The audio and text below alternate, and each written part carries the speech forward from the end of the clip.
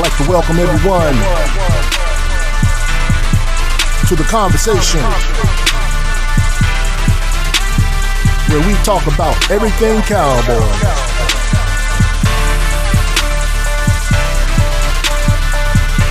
My favorite team, your favorite team, America's team.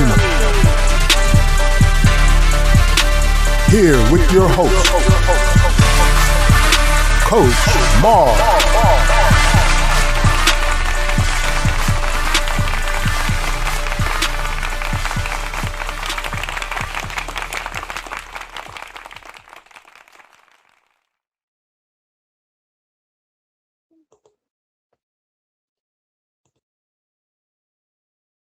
What's going on, Cowboy Nation? What's going on, Cowboy Nation? How everyone's doing out there? We just want to just sitting around at the house and feel a little bored today. And I said, well, a little bored today. And I said I was a little bored, and I said I wanted to jump in very quick for y'all and talk about some of the things that we have been seeing. I saw something very interesting today that wanted to make me jump in. I'm not real good with names. I'm just gonna say, thank you for coming in. Thank you, Miss Jen. I just want to talk about we got a chance today to hear the assistant coaches at their combine. We got a chance to see the assistant coaches at the combine. And I just want to talk really briefly about two topics. One that's disturbing to me, and two, that's something I think is going to be very beneficial to us. All right. One is disturbing. Hey, what's going on, man? How you doing? One that is disturbing. Oh, not one that's disturbing. One that I ask for a voice of reason. And I don't want people to think I'm sound like a hater, but I just ask for a voice of reason. And the other one we're gonna end talking about one that I feel very, very positive about, that I think is going to help us more than anything else to get to where we need to be in preparation to having a very good season coming up next year. The first thing I want to talk about is the George Pickens thing. And thank you big time for coming in. I want to talk about the George Pickens thing. And I'm going to say some things that it's probably not a lot of my cohorts that don't agree with it. Some going to say, Coach, you just old school. A lot of the stuff I've said before have eventually come back and had legs. And then some going to say some crazy stuff. Going to say, well, Coach, what you saying? And I'm not. I'm not going to share the screen about my post that I had on Twitter. I'm just going to tell you what I'm thinking. And this is where I feel about the George Pickens thing. Emphasis is again, like I've always talked about George Pickens. George Pickens has been on my fantasy football team for the past 3 years before he got to Dallas. Big Time Show is in this chat here. He could tell you he has been on my he's been on my fantasy football team. Okay. He has had some great games for me and won some games. And then he has had some also bad games. The years that he had less than 1,000 yards, he had games where he had 200 yards, 2 or 3 games he had 200 or 300 yards, and then he had a lot of games that he didn't do well at all. This was not a consistent every week you're going to get. No, he has never been consistent. This has probably been his most consistent year as an NFL player. Well, 1,400 yards, 9 touchdowns on a team that had a lot of people that do a lot. I mean, Fondays did well.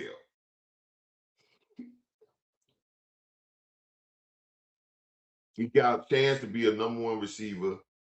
Um, when people say, "Well, he didn't get number two targets," and then well, yeah, oh no, he didn't get. He had a chance to play basically 5 games. Because you take the game, the CeeDee Lamb got hurt in the first quarter, and you take the when he got back after his 4 game suspension. I mean, after the 4 game injury, CeeDee Lamb was not really full goal when he did that. So that's 6 games basically that he got first receiver targets.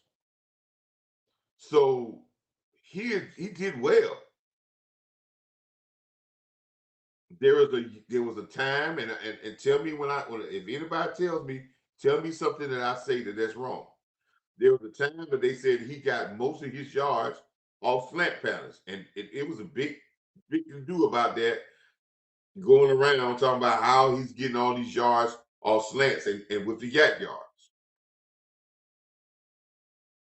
That got kind of a little tougher around the last 4 or 5 weeks, 3 or 4 weeks of the season because teams started to take that away. CeeDee Lamb missed, let's say 6 games. I won't say 6 games because I'm including the game he got hurt and I'm including the game he came back. And I'm gonna conclude the game that the last game of the season, neither one of them played much. They just got one target and they got on, they really didn't do anything.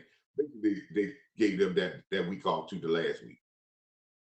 CeeDee Lamb only had, I think, maybe 300 yards less than George Pickens and about what, 4 touchdowns less than George Pickens. So CeeDee Lamb with 5 or 6 less games almost was at George Pickens' numbers. I hear people saying out there that George Pickens is next. And I listen, I'm not disputing nobody's calculation because I think they did their research on that. And number one wide receivers, franchise wide receivers on teams, franchise wide receivers on teams have given their coach, their receivers, 13% of the cap. That's the running rate. And I'm not disputing that. But we have to look at context when you start looking at that. I think we're looking at that in general, but every situation is different. How many of those context situations had a guy already that you already did that with 2 years ago? How many situations do you have that where arguably, and it's not even, to me, it's not even close. Everybody else want to say it's close about them to being about the same. No. I keep trying to tell people the art of being a great player is not 1 year, it's consistency. When teams start to say, hey, we know who you are, and we're going to game plan for you, and you still put up great numbers.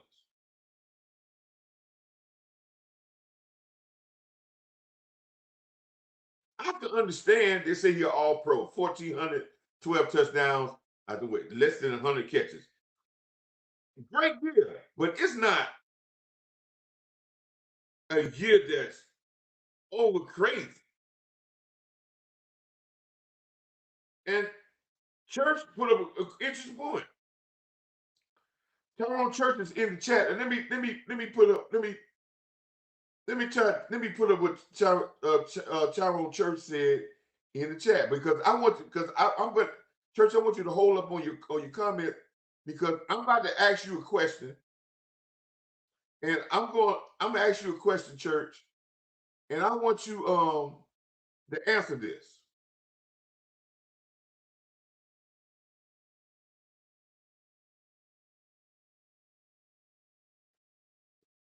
hold up, me and this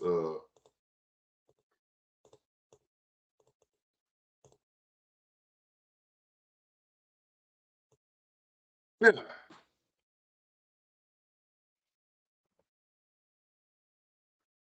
CD Lamb, right, is the number one wide receiver. This is the question I'm gonna ask Church, and Church will tell you this, and Big Time can tell you this. How many discussions for a whole year or two that Cowboy Nation kept asking when CeeDee Lamb was putting up these type of numbers, was he a number one? And he had to prove it almost 2 years for him to get for people to say he was a number one. I heard this. Listen, and I'm not trying to bash it about it, but I had to defend CeeDee Lamb when we do the watch parties because people kept asking the question: Is he a number one? Is he a number one? Is he a number one?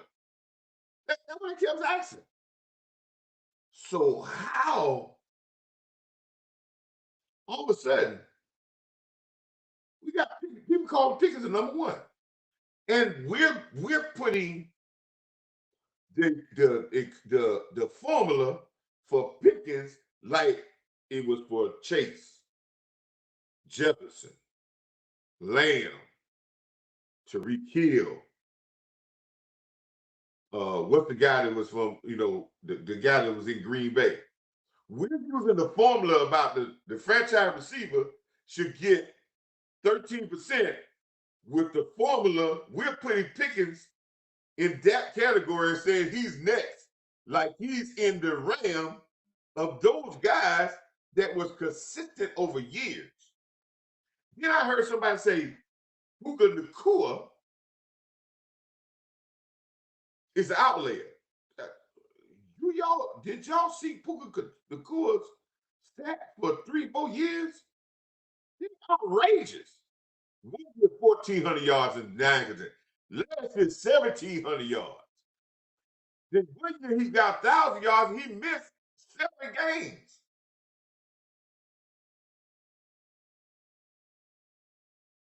And if you watch Puka Nakua, he's a threat running the ball and catching the ball. So he's in that category. So the category when you get 13% of the cap is because you are the best receiver on the team. They hadn't done that with another player at that position. And yes, the team will give you a cornerstone and you get 13%. You don't do that. This formula doesn't work when you already did that 2 years ago. Then you will come back again, do the same thing.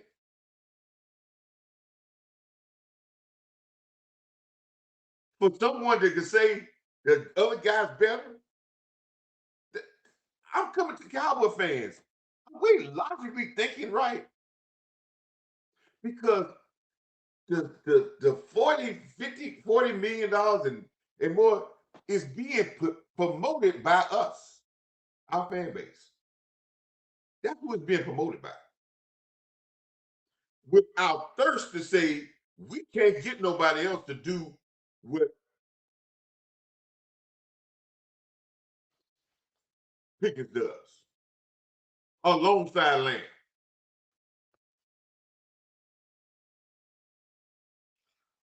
Point number two. When we got Pickens, did anybody envision this?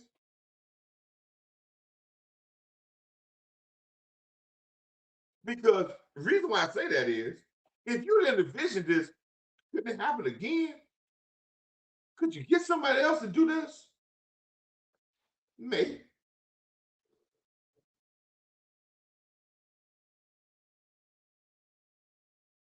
Point number three. If we give Pickens 35, $40 million, because I've heard people say pay whatever. Okay. If CeeDee Lamb plays a whole year and doesn't get hurt, and it's CeeDee Lamb like, does George Pickens still have 1,400 yards and 9 touchdowns?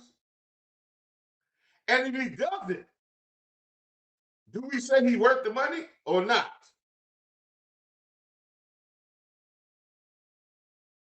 And guess what, Mr. And guess what, Big Time Show? You don't think of being here with me, man. Guess what's gonna happen? If we sign Pickens for $40-some million or top rate money, what's next? If he does it every game, if he doesn't catch 10 passes, we lose the game, and he only catch 5 or 6 passes,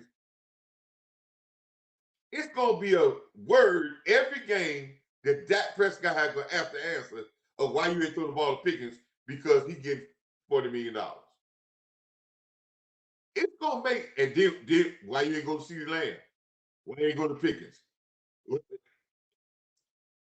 Dak think this is gonna make his job easier. That's gonna make his job total hell.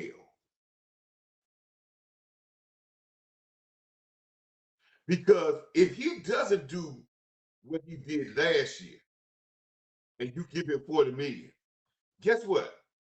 The same fan base that we had that was promoted to say pay him anything, you gonna tear down CeeDee Lamb so you can make sure you're gonna try to promote that Pickens should get everything so you can be proven right. Because you're not gonna say, well, we told he can get paid anything, and then he come out and have pedestrian numbers, 1,200, 1,100 yards, 6 touchdowns. Y'all, you're not gonna say that. And not only you, front office is not gonna pay for it and say he just getting that. Remember when front office signed CeeDee Lamb, they talked about we got to get him the ball any type of way when you paying him that type of money. So you think that they're not gonna say that with Pickens?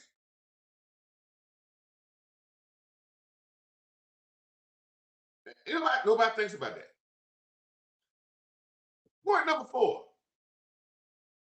This point right here gets to my heart because I'm an old school guy.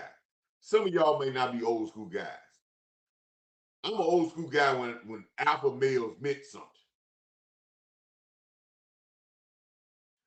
What alpha male receiver worked hard for 3-4 years for people to give him the credit to be number one and put up monster numbers than the guy that just came in and then gets under one guy comes in and in one season when he was hurt for 6 games. In one season, this guy puts up some numbers not even better than his best season, not even better than his best season. And then you pay him $9 more million than me, and I'm happy with that. Tell me what guy would be happy with that. I had to work to get mine 4 years. And then once I come in here and you pay him $9 more million than me for 1 year of work. Tell me where that works at. Tell me where that works and it is okay. I don't care what CeeDee Lamb say. Tell me where that works. Tell me at your job when you work all for 5-6 years to work your way up to be the man of your job, and somebody comes in and you go out on medical leave, and they do your job for a half the time, and don't even do it as good as you have done it in the past, and then they give them a raise more than they give you. You're gonna say, oh, well, no, hey man, he deserves everything he gets, and it's for the team. Come on, man, y'all. I, I think, man, y'all see that gonna be a problem. I don't care how good of friends they are. I don't care how you talk about this. When he gets more than CD Lamb, he gonna say, "I came in here and took CD Lamb #1 receiver spot." Not based off I can play, based off the fans' thirst. Y'all don't think that's gonna be a problem? Y'all think since CD Lamb said that's okay? See, that's that new male, how males now are. I can build a house and then I can let somebody else come in and in one instance and they can take over the house. And I'm okay with that. I heard Michael Irvin talking about, yeah, we got to sign CD Lamb. And I wish I could talk. And Michael Irvin, my guy. But I would love to ask Michael Irvin, say, okay, Mike, you played in Dallas for all those years. We're going to bring another guy. And people can talk about when they were about to bring in Randy Moss.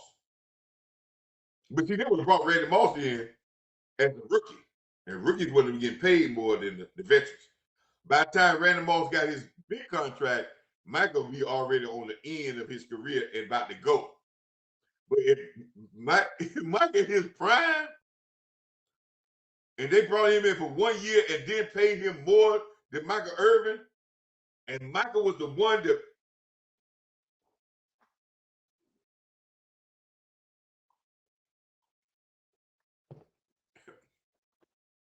I don't even think y'all thinking, because first we say he's supposed to be next.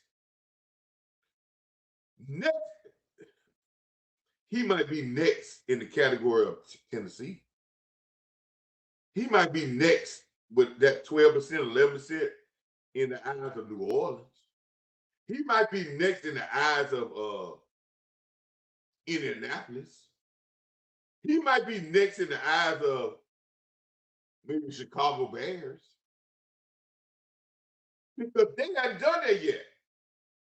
But a team that just did it 2 years ago ain't repeating that. And if they do, it's stupid.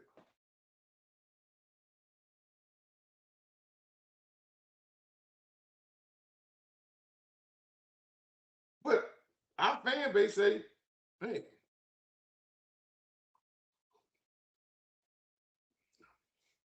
there is nobody better than Pickens. And my last point.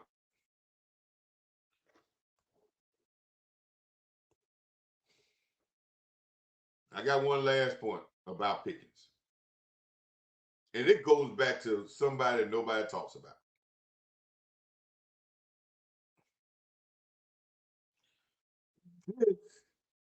All this Pickens talk is the same talk that is disrespectful to Dak Prescott. Ooh. No, I heard some people told this now. Yeah, it is. Two things. If Pickens had this 1 year on any other team, and with his resume being what it is from previous team, no one will be talking about him being next. They'll be talking about him getting a good paycheck, but not being next as the trendsetter, as the lead setter, the top 2 or 3 guy in pay. And if he was with any other great quarterback, they'll be giving the quarterback more credit than they've been giving Pickens. Because they'll be saying the quarterback is what unleashed his greatness. That's what made him great, the quarterback. Because they'll say, okay, everywhere else he wasn't there, but now with this quarterback, and give me a guy that got some skills, that got some dog in him, and that can make him a star.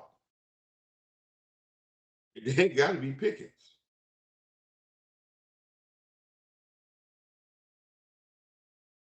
This is y'all. This is where y'all don't even realize how great a quarterback you got. And this is how we have gotten so programmed to disrespect our great quarterback.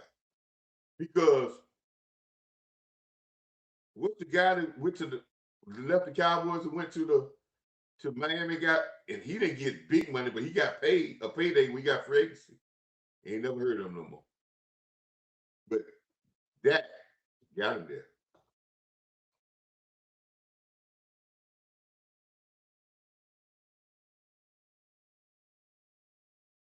Nobody's gonna tell you how great Dak is, man. Mark Cooper ain't never had no great years like he had with Dak.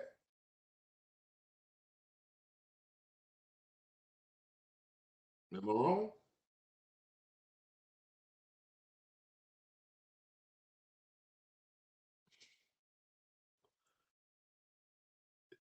We just always talking. So keep Dak here.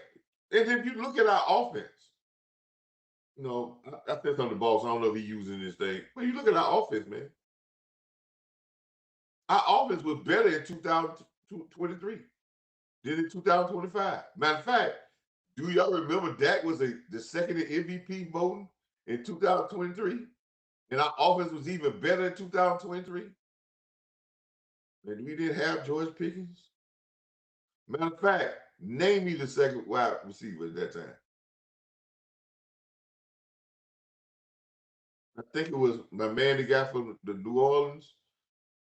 I mean, in the trade, and he didn't do it, and he was out. And guess what? The offense was better in 2020. And I think, see how short-term memory we got? And we don't even remember that team had a better offense. And they fell off in 2024. Why? Because that got hurt. Keep Dak Prescott healthy. And you'll be all right with, you get a nice receiver, you'll be good. Yeah, you'll be good.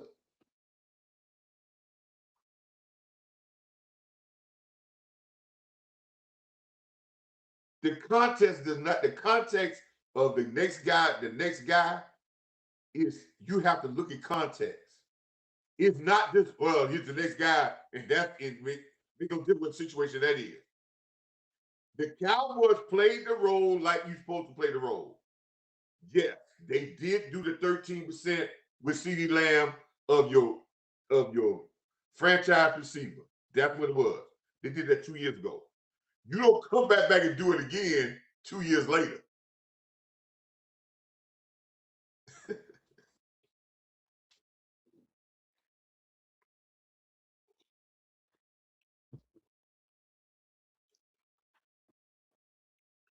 Context, man, means a lot, man. We could blur out stuff.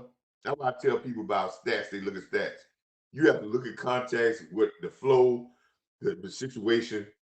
When coaches look at stats, they just don't look at stats and just look at numbers. There's context behind any numbers.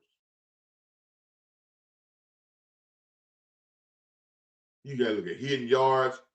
I always tell you when people talk about how well a team did stopping the run in the game, we used to do this. Take out the longest run, right? Take out the longest run, and then take the rest of them and divide.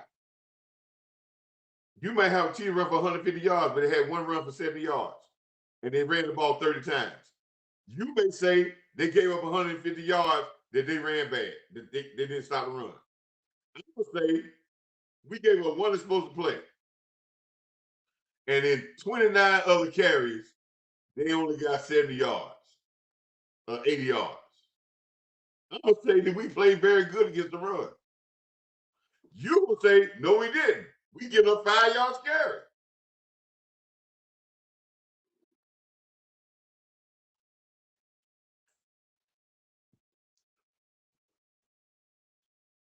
Context, man.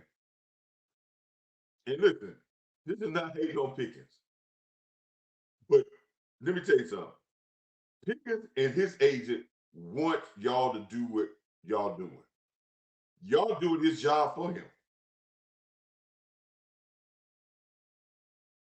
Now, There is no other fan base saying that George Pickens is the truth. You ain't hear no stories about other people talking about.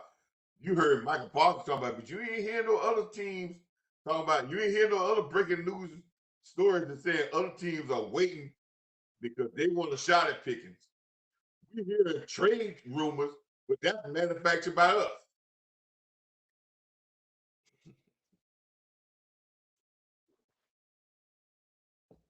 The the the the Raiders don't even have a quarterback, a franchise quarterback that they can trust. And you tell me they want a franchise wide receiver that they assume they're gonna be a franchise wide receiver that don't have no history. And when he was in the leadership role of the receiver room, he failed. I don't care what you're talking about quarterbacks. He failed because the other receiver on the team had more yards. Johnson got 1,000 yards.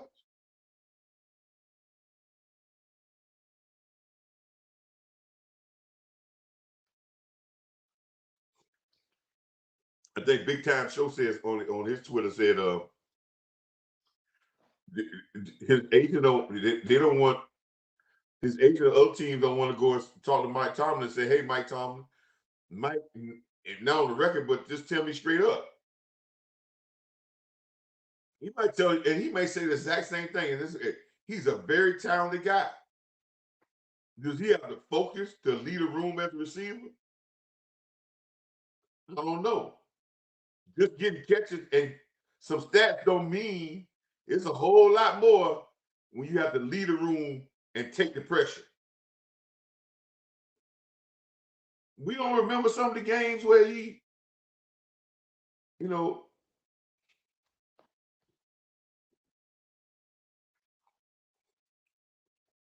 I think he loves Dallas. I think he loves Dallas because of two reasons. One, he's playing where he has never, not just somebody who's playing with a quarterback better than the quarterbacks he's playing. No, he's playing with the elite, top notch, the one that everyone talk about, the one that, so Dak is the same way. We see how Cowboy fans do. Dak could give us 10 years. Check his stats. He had to get halfway MVP.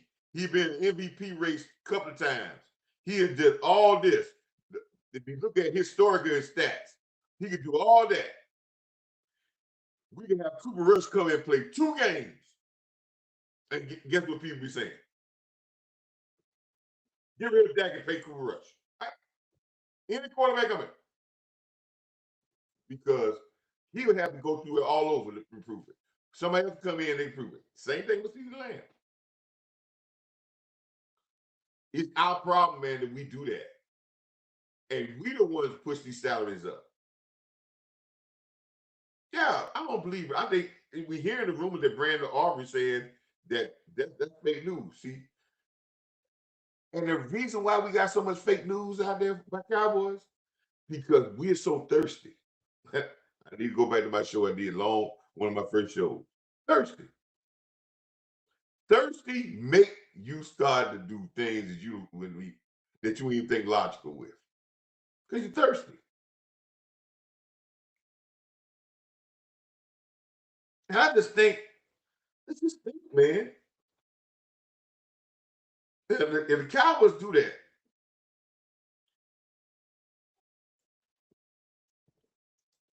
we can say it's gonna be good, but it can be total hell because every time we don't stop, every time we have a possession stop and we didn't throw the ball to Pickens and we threw the ball to CeeDee Lamb and they broke the pass up.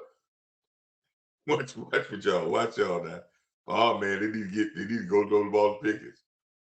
As soon as stuff go there and say, man, CeeDee Lamb was that number one guy, man. That was one number one guy. We had the great offense. And guess who I answer the question? Dak Prescott. I don't care what y'all say in everything in life, there's pecking order. If you don't, I worked in math all my life. Everything has to be in order. If the decimal is in the wrong place, I don't care how much work you've done on the problem. If the decimal in the wrong place, guess what? The answer is wrong. Place value. There's place value in everything. If you don't believe it, check everything in your life. Coach always say this. Coach Marv, I'm telling you, life is relative. Football, sports is relative in life. It's great lessons you can learn in football with life. There's no truth. There's no truth in that. It's true in that. There's places in everything.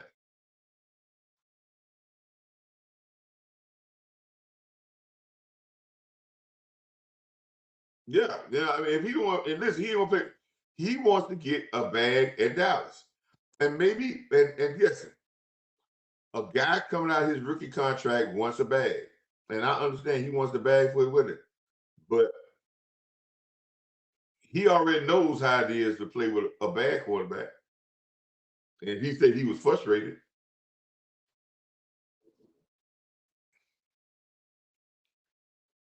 I'm gonna say this again. We're gonna go to the happy part so I can get off. What I would do, I would say I want you Pickens. I would say that I want you to be a part of this team. I would say that, man, you and CeeDee Lamb at a come and we working this in, we can do some great things. I was be real earnest about wanting him here. I would say Dak has said that he wants you here. We got some things that we can do for you in this offense. And I would be straight up with him. CeeDee Lamb is our dominant receiver. We're not saying you chop liver, but you have a role that you can play in this thing too. Both of y'all can't play the same role, but we got roles for both of y'all. And we understand that we're gonna pay you well. But there's the thing that we're trying to get, and it's gotta be and I would give him a good offer. Not no, well, you get you for $15 million. No, he's a $20 million wide receiver. But I would give him an offer and have it structured. And if it's an offer to do 2 years, 3 years, and say, hey man, we can evaluate it in 2 to 3 years. But I would give him a nice offer that he can say, hey man, I can make some money out of this and have a chance to win. I will give him that solid offer. And when he comes back to me, I would say, no, sir, we're not going to restrict you from your ability to go out there and search and see if there's other deals out there. No, we're not going to franchise tag you and do that. Because we franchise tag, we telling you that you are the man. And we think we want you to be a part. We're not going to do that. But we want you, if you go out and get another deal, give us a chance to match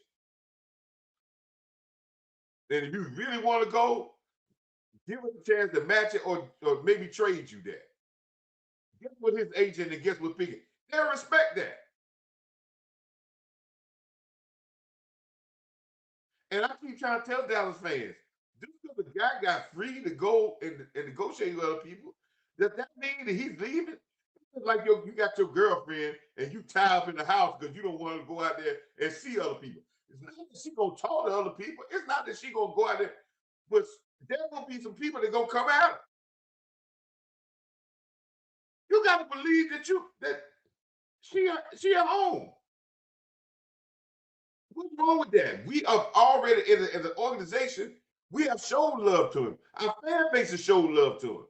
He's played with one of the best quarterbacks that he can play with. He has had the best year of his life.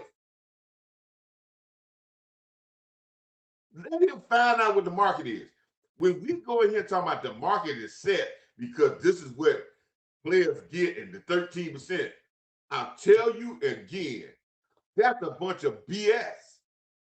The law of economics, which it all runs under, not just we got some different stuff with it, is market is made by competitors bidding. The reason why they put the franchise tag out there, because there was rumors or thought that they feel other people gonna bid this. So they cut out the market when they give you the franchise tag. Yeah.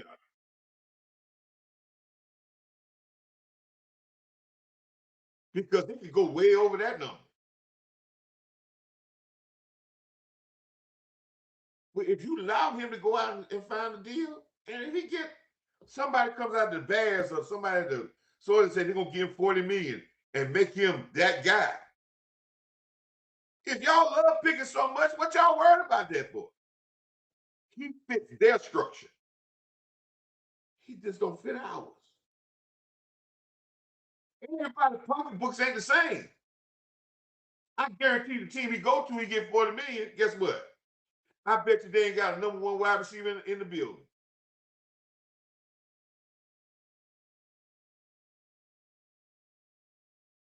And that fits them well. But guess what? You got a solid offer on the board with some solid guaranteed money. Guess what Pickens got to do? He got to at least think about it. If your offer is $7 million less than the other people offer, the guarantee is maybe about $10 million less than the other people offer. He got to think about it. He might come back to you, the Cowboys, and say, can you match? He was like, no, Pickens, but I think our offer is good and our situation is better. Guess what? He got to think about it. And guess what? He can make the decision. And you know something? You may get him at a price that will be reasonable. Because at least he got some tangible and he can think about it.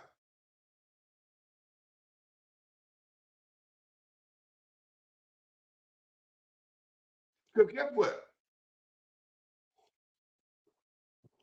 We can offer him a contract right now today. And I'm going to say this, and y'all think I'm tripping. You can offer him a contract right now today with $28 million, 4 years, 28 million. You talking about what? And guarantee like 80 million of it. No, what 4 years? 4 years. Let's say, yeah, that 4 years, 120. Probably, so you talking about 126 million. 4 years, 126 million. That's about $28 million a year. 20, over 25, $26 million a year. People say, I don't know, it ain't okay. Devontae Smith took it. Know why? Because they came to him an offer and they put it out there right off the bat. Let's say we offered him $25 million for a 5-year deal, which is that with 125 million, right? And we're gonna guarantee like 70 or 80 million dollars of it. 85 million dollars of it.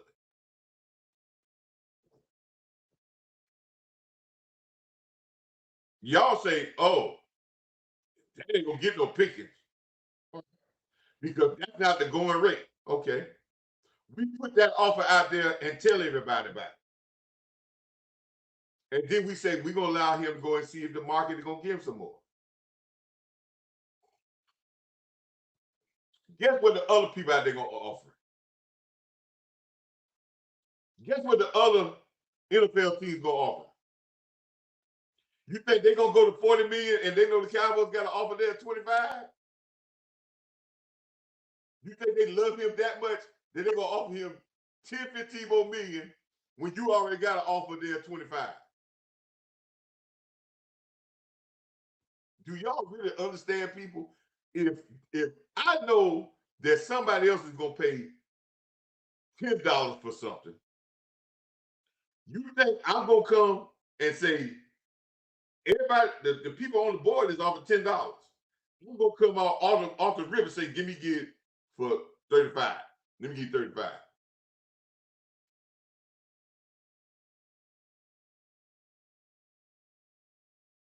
No, guess what? He might get an offer for 28, 27. He might get an offer of 30 because it's more than what the Cowboys offer. But they ain't gonna blow it out the water. It's gonna be close. And the Cowboys either come back and say, hey, we can match that, or we could say, hey, we got a better situation. Do you want to go to Indianapolis and pay for $5 more million a year, and then when you know who their quarterback is, or you want to play here in Dallas? And guess what? You may get him the way you want it. There's a better chance of doing that. Y'all might think that's crazy,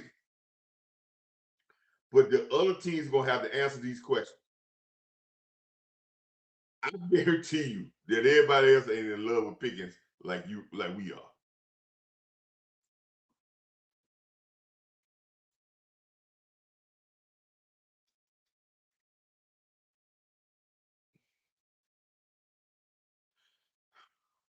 That concussion stuff, man. Anyway,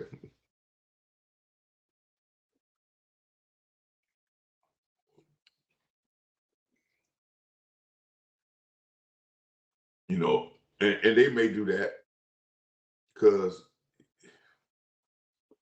we'll make up. I'm just saying, man. Let them find what the market is. I can tell you, listen. A lot of people see the exact same thing I see. He will be in the system that he needs to be in. Is everything gonna be perfect for him to be a $1,400 wide receiver? Because actually, everything got to be perfect.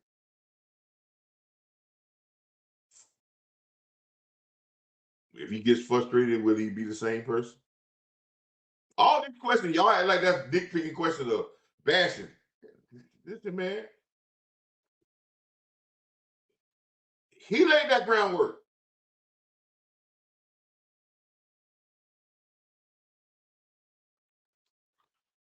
Anyway, you probably won't hear me. No, I probably won't have no more stories about Pickens because we're going into the combine. But now, I'm going on to a whole new subject. And that's why I want to say it. I'm gonna get this in to get so I can get on that end out of here. I'm already past my bedtime. First thing, no, JSN gonna get paid because JSN is a hell of a route runner, get separation, did well with a quarterback that wasn't all that accurate. And did it with multiple quarterbacks that we would say that's not even that level, but still put up big numbers. And guess what? JSN was the only 1,000-yard receiver on this team. So you know he got attention.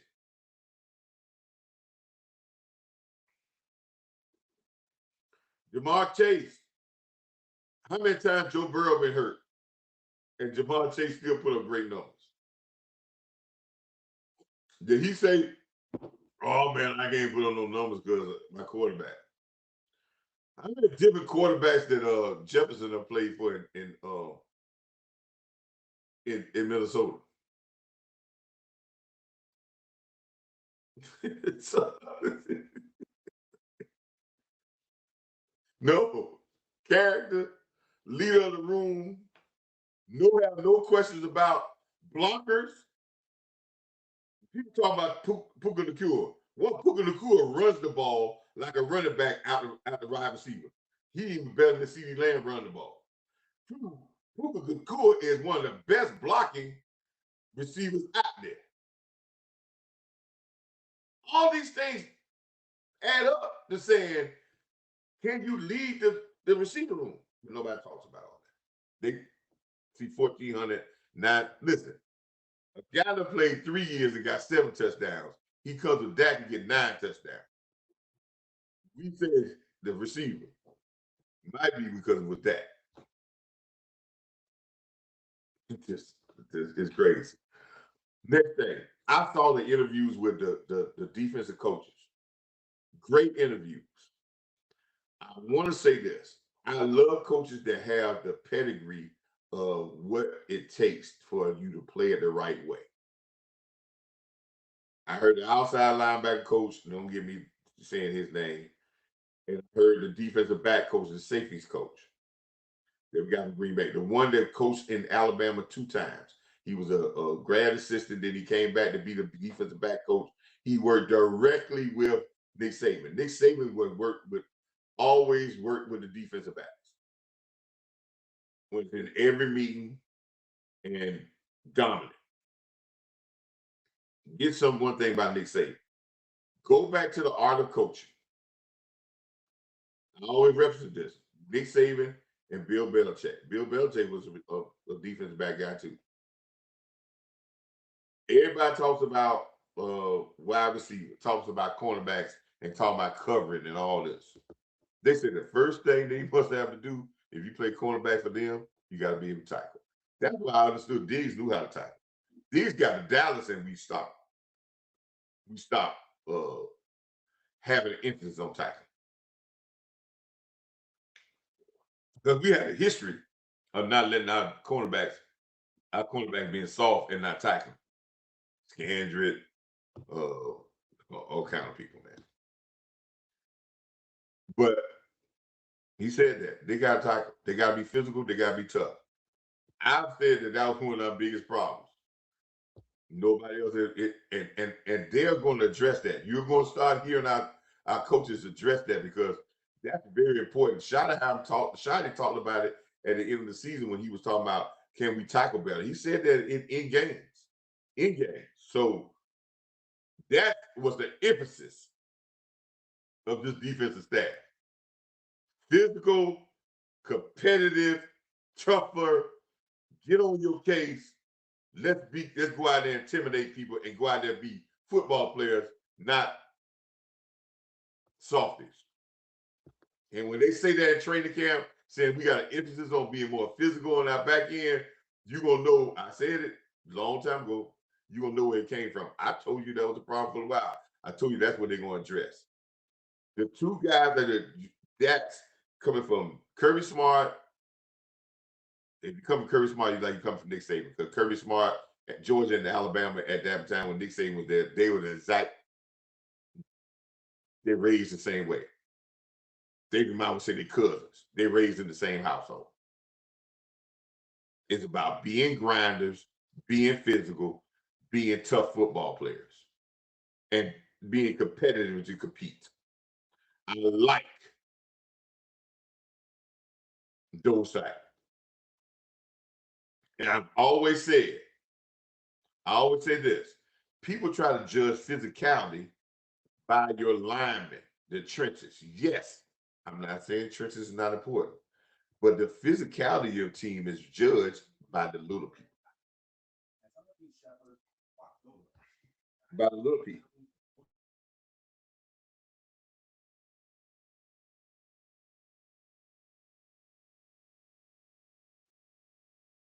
Physicality is judged by the small people. If you want to judge if a team is physical, watch how they cover kicks. Watch how they little people get off block. When I say little people, defensive backs, linebackers. Watch how they go and block people. Watch how they tackle. Watch how they block on the perimeter. Then you can tell me if they're physical or not. I can see if they're physical or not. Linemen, that's their job to be physical. Yes, you linemen getting run over, then you can say that, but their job is to go out there and be in Mortal Kombat every play. The guys that not jobs is to go out there and really carry the punch. It's the smaller guys. I always like defensive backs to say receivers can't block us. And when you got the mentality with your defensive back receivers and your safety say that they can't block us, that changes how your offense call plays. That changes what they try. That changes how they try things. But when you look at our defense last year, when you want to talk about something, we got screens run on us more than any other team in the nation. We got balls that come in less than 10 yards in the air than any other team in the nation, in the league.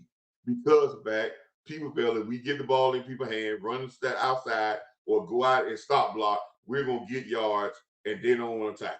They don't want to get off blocks, they don't want to tackle, and they're slow. So the two things has got to be changed, and I can hear that in the voices of these coaches, and they're looking for players in the combine that are tough. I hear every year we talk about physicality, but it has to be a mentality that you have to be. It has to be not in your DNA. It has to be a core value of your defense. We had it there. Quinn had it there for a second, but it has to be a core value. And if it's not a core value, then you're gonna look like we looked last year. I'm keep saying it again. Defense has to be a weapon. We're gonna get as far as we're gonna go with the defense. And I would say this: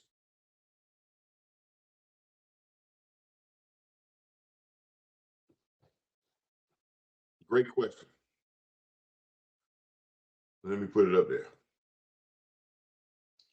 Great question. I will say this: fix the physical problem, and then we'll see how everything else works. Before you start talking about a scheme. Here's a great question. I want to ask this question. I just heard the question. He asked the question. Say, Coach Marv, what about this? Teams playing complementary football this year. Because we have a second place schedule versus tough teams that we have not beaten. NFC West, AFC South, Ravens, and Packers. Yes.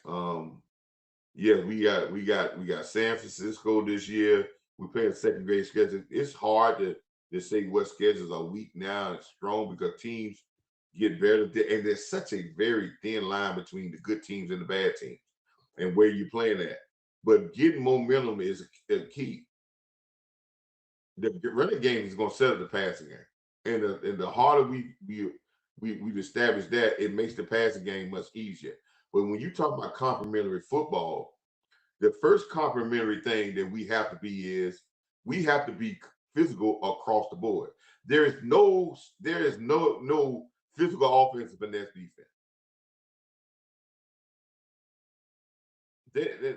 That don't work. If you do see that, most times that team don't win. So that's the first complementary thing. Then as our play style works, our play style is going to be different, but and I want to see our defense bring the level up of competition that says that our defense has to come to a point of they have to have the mentality of saying that this is going to be won or lost by us. Not that we got to just be good and our offense going to score points and we just got to do a little bit. Because then when you play better teams, you're going to get run over. We have to have a defense that has the mentality to say, we are a weapon. We are going to set the tone. We're going to win this.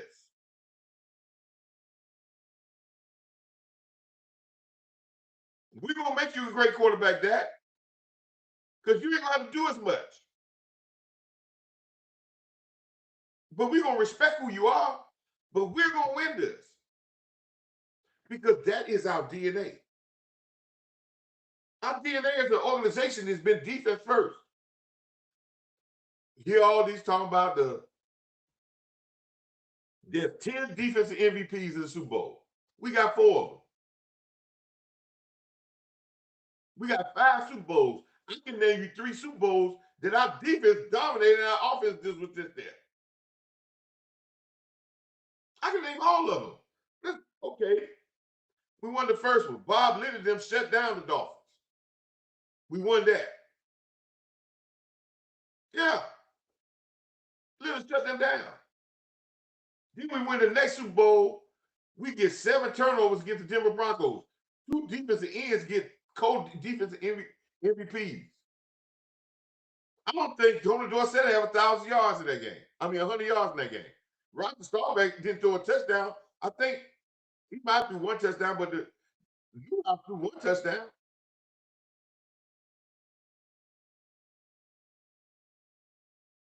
Then you look at the other Super Bowls. The first Super Bowl with Troy Aikman, the defense got 9 touchdowns. If Leon Lett doesn't fumble the ball, the defense scored more touchdowns than offense in that game. Do somebody the next Super Bowl, we won 30-10. Troy Aikman came in the game with a concussion. He was throwing intercepted again at the end in the first half. They came and started running the ball. James Washington got 2 big turnovers. I think we scored a touchdown on the defense at the end that year. Then Larry Brown gets the MVP in the 3rd Super Bowl. Offense fell apart in the second half. Defense has been our DNA to win Super Bowls. But all of a sudden, we think as an organization, we're going to change our DNA because we want to go $30, $40 million wide receivers and go bombs away, and that's how we're going. Our DNA is who we are. I don't care, y'all can talk all y'all crazy. For the history of this team, when our defense has been dominant, guess what? We have won. And if you want to win the NFC East, I know you're talking about the schedule, but if you want to win the NFC East, check the record. The team that had the best defense in the NFC East usually wins that division. The teams that have the best defense and the best running game usually wins that division every damn year.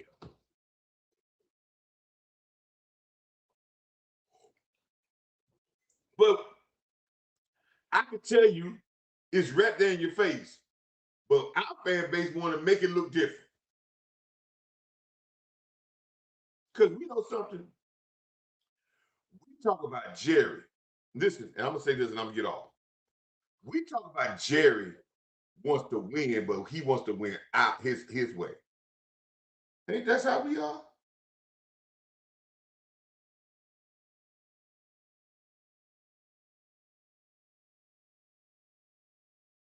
Ain't that's how we are as a fan base? We talk about Jerry wants to win, but he wants to win his way. Ain't that's how we want to do it as a fan base?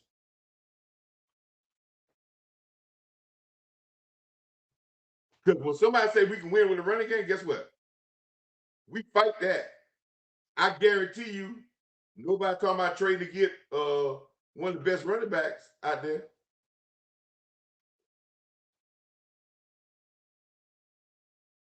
Nobody talking about getting a running back that runs for 2,000 yards on this team and we win the Super Bowl. I bet you they'll balk that. I bet you they'll push back on that. No anybody talking about saying, hey, use that 12 pick to draft Love out of Notre Dame. He probably could run for 2,000 yards. I bet we ain't saying that. We talking about Jerry wants to win his way. I heard somebody. I think I listened to Law. I ain't talked to Law in a long time. He said, "Yeah, but Jerry won't win." Ain't we like that same way? See, we listen to Jerry long enough. He converts us to be like him. We messy. We keep controversy going on. We listen. We're a product of them.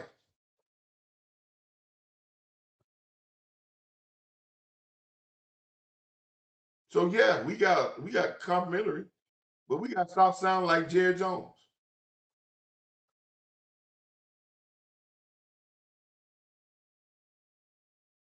Yeah, we may open the road on the road. Yeah, we might. We see, but hey, that's all right. Let's go. Let's take it to it. Ain't no problem with that.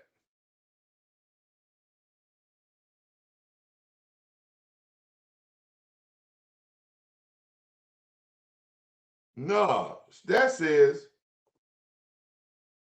we hadn't been a defensive led team since 95, 96.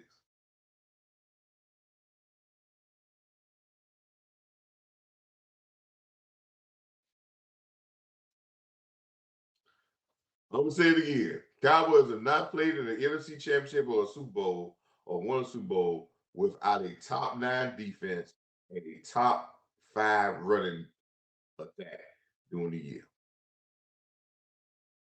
And they probably played in more NFC Championship games and won more play. Listen, even in our 30-year drought, we still are what, 3rd in playoff victories? I don't know how many NFC championship games we played in. We played in a lot. And if you look at the history of our championship games, they never was won by the offense. Defense dominated. Defense must be a weapon for the Cowboys to win. And if y'all think y'all can do it any kind of other way, you're going to continue to struggle. And George Pickens paying him $40 million ain't going to help your defense.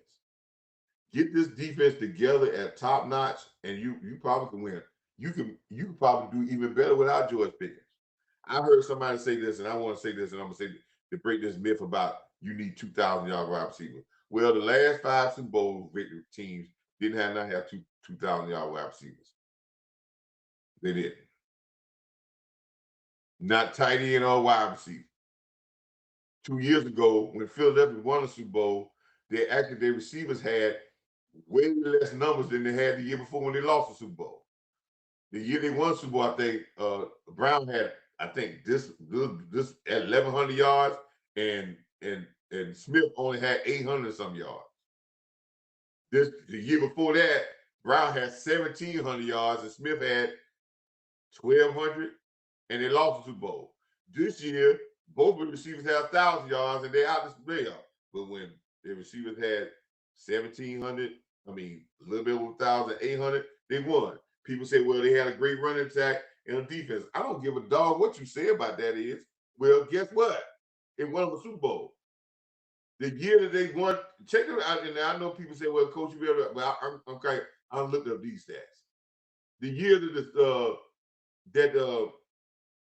Philadelphia won the Super Bowl, they're both teams that won with both Kansas City and Philadelphia. And stop. Echo, stop. On both teams,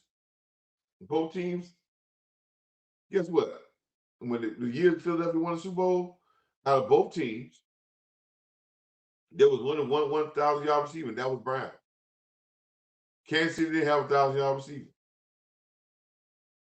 The year before that, Kelce was on. When the year they went back to back, Kelce was on it. The Kansas City ain't had 2,000-yard wide receivers since Tariq Hill left.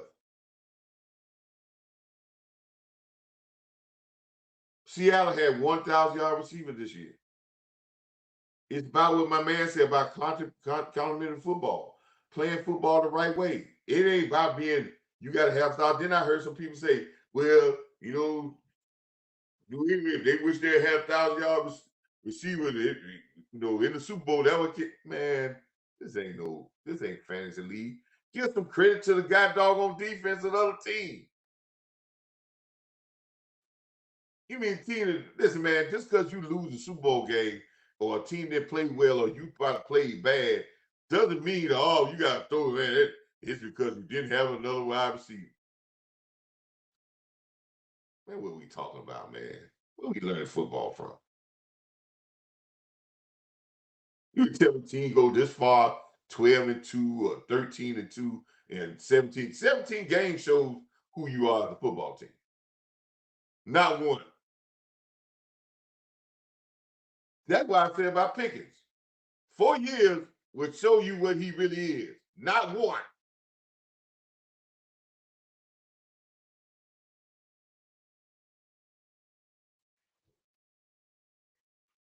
Hey, if you want to support the channel, thank y'all for so much coming in. Thank y'all for being with me, listening to me rant and rave. I just, I'm not going to debating people. I know you got some people out there say they want to debate. That's, to me, that's gossip. That's gossip territory. I'm not saying nothing that's just crazy. If you want to support the channel, this is my cash app right here. Please send some if you support the channel. A lot of people want to go into gossip. I don't go into that gossip. But I will say this, man. I try to say things that it's got to be common sense, man. Football, I've learned through my coaching there and with some coaches I played with. They say, listen, hard work and common sense will get you a long way in football. If you start thinking about football and playing football and thinking in ways where people that don't know really football,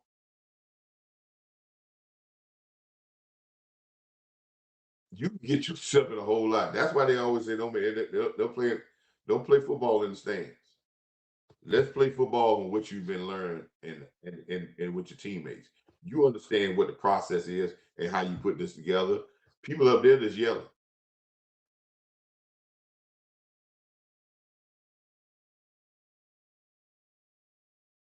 So again, trying to keep the momentum going. I'm not gonna come on this late no more. I got an old man like me got to go. I said I'm gonna be on there like 35, 45 minutes. I know my friend Ginger, she trying to get to bed, and she like, Coach Marv, you really went over long. You got me out here out just working out here. But I appreciate all y'all comments.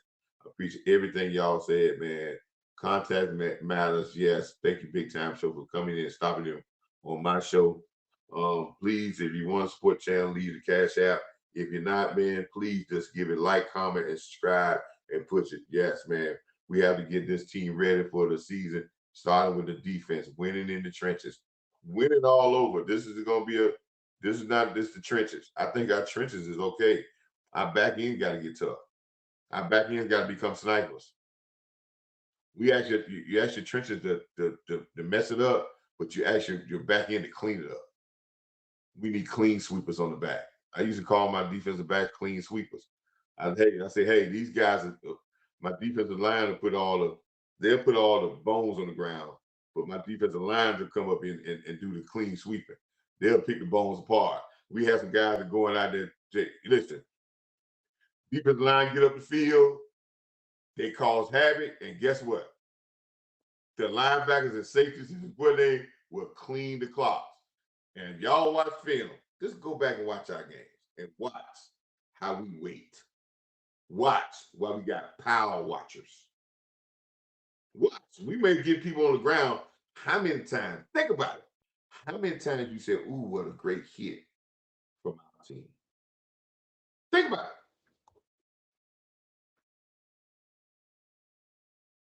it. And you go watch that Super Bowl game. Man, Seattle and New England. When they came, the cavalry was coming. And they made you to be tough football players. Thank y'all again, man. And as I always in my show, and say it again, and y'all take this to the bank. No one or nothing can stop God's will. No one or nothing can stop God's will. Remember that. And remember this. Faith, right? Hope plus faith plus perseverance will equal breakthrough. Hope plus faith plus perseverance will equal breakthrough. And remember, no one or nothing can stop God's will. Remember, as my friend Ginger put in the chat, let me go ahead and put it up. She laughed just not because I'm keeping her up, because that's my darling. But she put this in the chat. Remember that I said we need to push this. I'm coming out with towels. They had this slogan on. I'm coming out with t-shirts. They had this slogan on. Defense is a weapon in Dallas.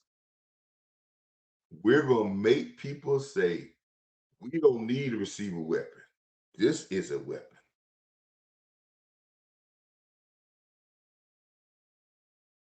Until next time.